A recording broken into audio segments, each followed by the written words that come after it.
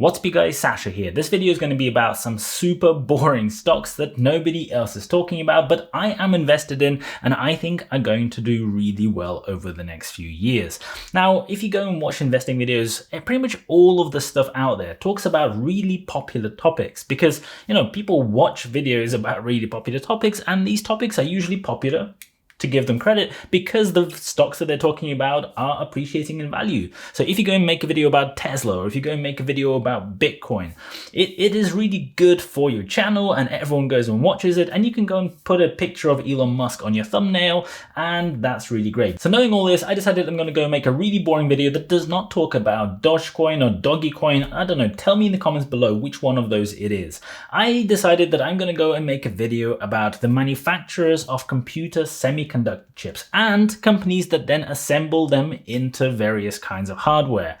It's really boring, right? Well, I told you, I'm sure a bunch of people have already clicked over to funny cat videos, and now that they're gone, let's talk about these stocks. So here's the thing, semiconductors are fast becoming a hyper growth industry, and yet nobody is really paying much attention. Let's go and look at some recent news that's been coming out over the last few weeks. Nvidia is struggling to go and produce enough graphics cards for the consumers that are buying them for the second quarter straight. Whatever graphics cards they're producing are being sold out in seconds. AMD are suffering from exactly the same issue, not only with their graphics cards, but also the latest processors. Not only with their latest processors, but even the previous generation processors are nowhere to be found. Xbox Series X is out of stock despite being launched around 3 months ago, and Sony is having exactly the same problem with their PlayStation consoles that seem to be pretty much impossible to find, and when they do come out, get sold out in minutes. Even Tesla is actually beginning to integrate AMD's Navi 23 graphics processing units into their cars starting from the 2021 model year, which is going to put a further strain on the manufacturing process. Sure, there have been some issues with supply because some factories have been affected by the pandemic and they couldn't produce stuff at the rate they used to, and there has also been a surge in demand because there's a lot more people who are working remotely, there's a lot more people who are sitting at home and bored and wanting to go and do something at home, and also with the Bitcoin price being the way it is, a lot more people seem to want to heat their home with their computer mining equipment instead of other methods. But I think that this trend is going to continue accelerating and continue exploding for quite some time yet. Your phone now has a dedicated graphics processor unit, which is incredible. Cars nowadays, brand new cars that are coming out, are equipped with pretty much a fully functioning computer inside of them.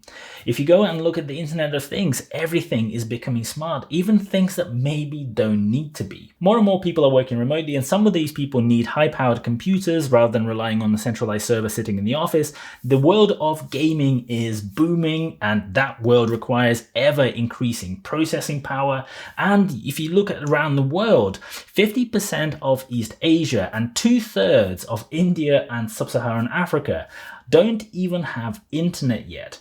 But these countries are developing, and these countries are developing fast. There's a lot of tech companies out there that produce everything from laptops to smart washing machines, but despite there being such a number of different providers out there, the technology that powers all of these devices is becoming incredibly complex. We're talking about semiconductor processors, where the gaps between different chips are as low as 5 or even 3 nanometers. That is the latest process nodes. These technologies are becoming incredibly more complex, incredibly more difficult to do, and that means that they're becoming a lot more centralized because it is incredibly expensive to actually build the factories or foundries that manufacture these chips. The companies I'm interested in within the sector are either the ones that are producing the actual semiconductors themselves, or the ones that then go and use these basic components to go and produce more complex hardware that sit a bit above them. I'm interested in both because I think both add a huge amount of value and are used by so many other players that sit above them. And I'm going to go and tell you which ones I'm particularly into. But just before I do that, a super brief disclaimer. I am not a financial advisor. I can't provide financial advice to you. And if you do need financial advice, you will need to go and seek it from a suitably qualified professional. So here's a quick list that I've made on the screen over here. And first in my list is a company called TSMC. It's the Taiwan Semiconductor Manufacturing Company. You may not have heard of it if you're not into tech, but these guys are big. They're really big. They are producing chips for a huge number of people, including some of the really big guys such as Apple, Nvidia, and AMD. AMD themselves. Now, the share price for them has already doubled over the last year, but I think there's still a long way to go. And these guys are investing heavily in amazing new factories, amazing new processes. This company is gonna go really far. Next on my list is Samsung. They're a really well-known brand that you probably have heard of. They make everything from phones to TVs to washing machines, everything in between. But they're also becoming a really big player in semiconductor manufacturing for their own devices, but also for other people as well. They're reportedly investing $17 billion into a new manufacturing plant in Austin, Texas, where they'll be able to produce the brand new 5nm process, but also the 3nm process that hasn't quite arrived yet. Their huge capacity and the ability to manufacture their own chips, I think, puts them in the driving seat out of all these manufacturers, because they're unique in that they produce everything from the basic components all the way through to the final devices, as well as serving other people.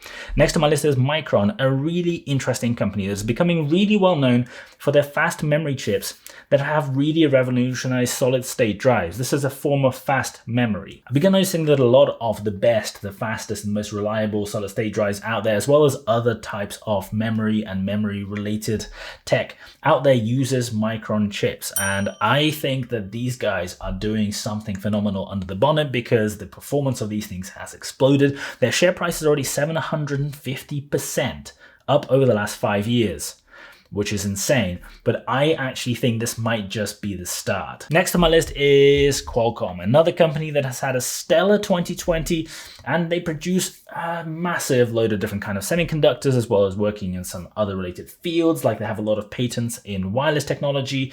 These guys are frequently the guys who make that kind of component that you see on the back of some kind of schematic or on the back of some motherboard. If you go and look at tech and look at the little components on there, there is probably going to be something that these guys have made on there. So I really like what they do as well. And next, Texas Instruments. I actually have mentioned most of these in some of my previous videos where I showed you things that I'm invested in. These guys are a stalwart of tech companies. They continue to be a leading manufacturer of semiconductors, and they've been there for decades, much longer than some of the other ones.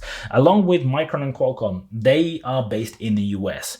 But the really interesting thing about these guys is they actually make the vast majority of their money by selling stuff over to Asia rather than the other way around. They make a lot of very specific analog chips and specific logic components that get put onto various kinds of boards or various kinds of electronics that serve a very particular specific need. And these guys have built an entire business out of being really good and manufacturing these types of devices. Sitting just above all of these are two companies that I have referenced a number of times before that I am personally heavily invested in, because I think they are doing great things, and I think they are going to continue doing great things for some time to come. They are Nvidia and AMD. They don't technically manufacture their own stuff. They use mostly the other people that I mentioned just earlier, but they are at the forefront of graphics processing. They dominate the computer space, the console space, and many other spaces as well. They dominate some server solutions as well. And AMD is currently well ahead of Intel and anybody else in processor equipment as well. So the actual processing units the computers use. I think these guys have a long way to go because of all the factors that I've just outlined, and I am holding my positions in them and putting more money in as well. Now, I think that this whole semiconductor business is going to be exploding over the coming years, and I think that a lot of people will probably not even notice, because, you know, investing in factories in Taiwan is not as exciting as putting all your money in Dogecoin. Or is it Dogecoin? Anyway, I hope you guys find this useful. If you have, please make sure you smash the like button for the YouTube algorithm. Thank you so much for watching this video. I really appreciate it, and I'll see you guys in the next video.